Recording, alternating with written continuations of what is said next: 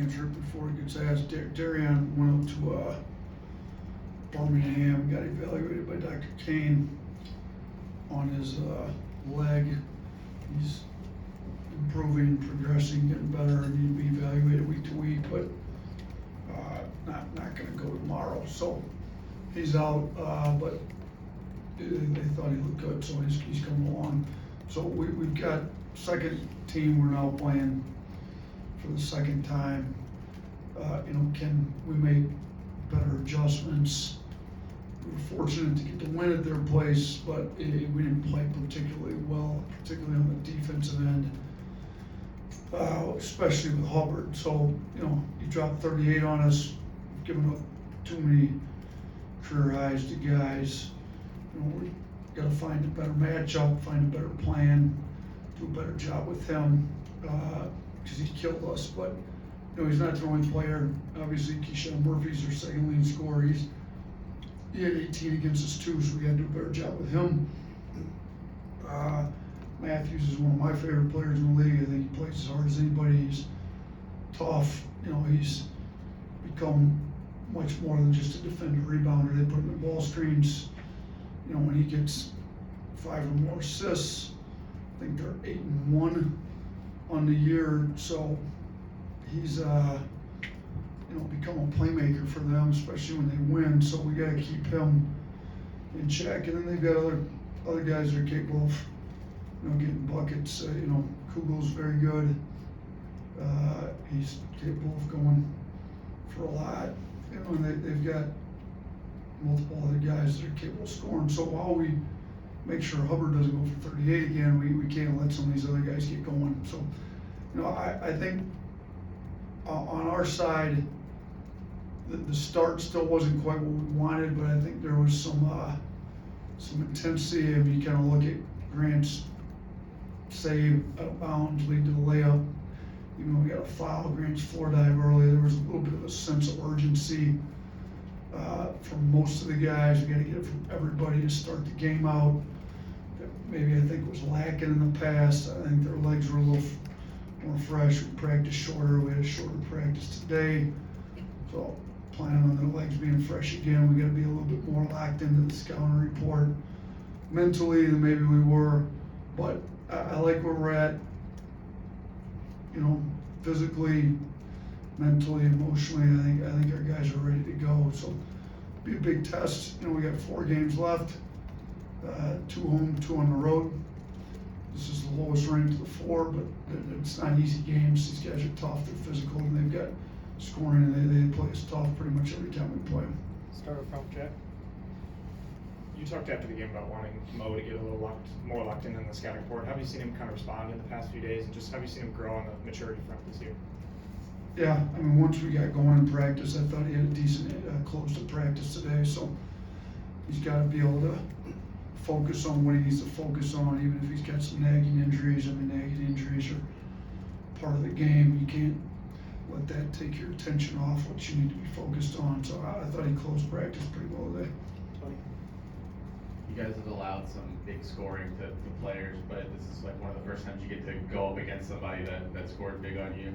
Is there a revenge factor with the players? Do they want to shut down Hubbard, or do you have to kind of guard against that? It's good. That's actually a good question. I don't. All these guys have had their career highs. Is this the first time we've gotten a guy back again after he had his career high against us? I think because the Kentucky is pretty spread out. You haven't really played too many rematches, so yeah. Yeah, we haven't played. Yeah, because we only get 3 teams twice in the SEC, and Auburn's the last game of the year. So this will be the first time we've. I would hope that there's a sense of urgency to not give Hubbard another career high. Maybe we'll get somebody else in the SEC tournament, the NCAA tournament, who knows? But yeah,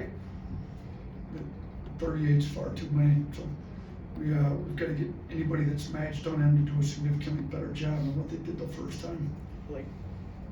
Yeah, kind of going off that, does that change any of your preparation when you're seeing him the second time, knowing that he went for 38 or whatever it was the first time, and trying to adjust to that? Yeah, we can't give him what we gave him the first game.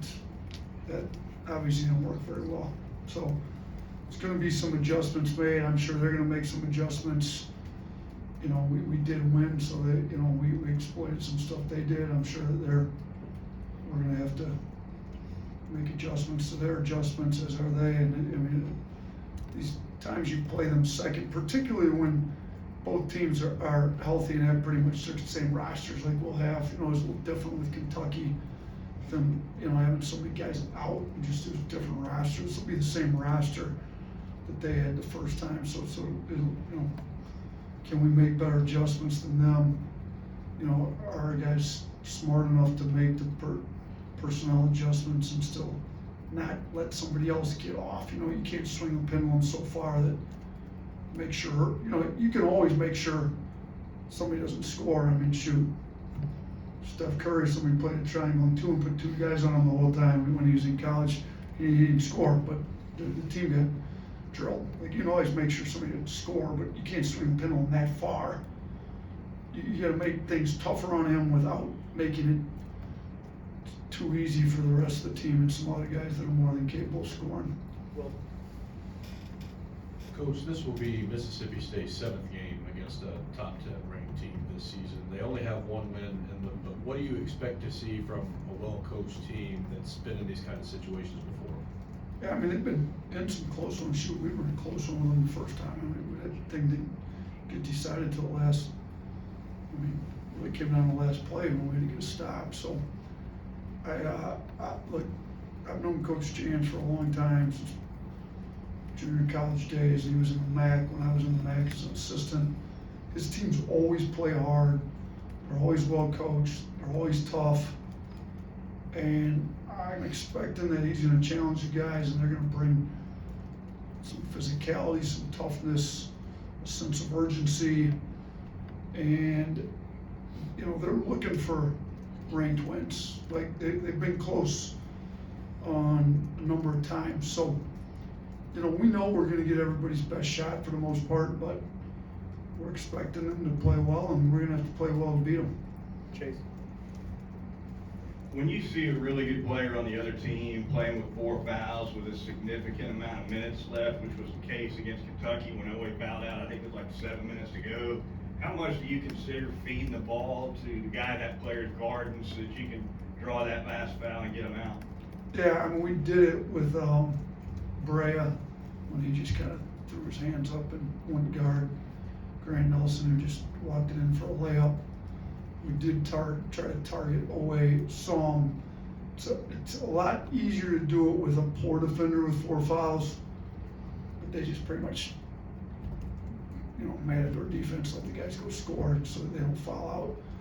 Always tough, gritty. He's got a lot of pride in his defense. You know, the play that he fouled out on, we weren't specifically targeting him. I don't think he's the kind of guy that's just going to play mad at our defense. So sometimes you get out of your offensive set too much to target a guy like that.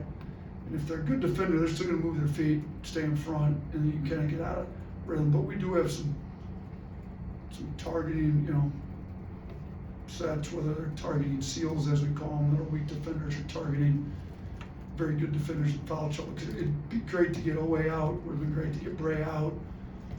If we're fortunate enough that Hubbard gets in foul trouble, it'd be great to get him out, because dropped 38 on us. But we definitely know who's got fouls and options to put them in actions to go at them. We're fortunate that Owe did foul out, although the play foul out on that was not a design targeting set, if you will.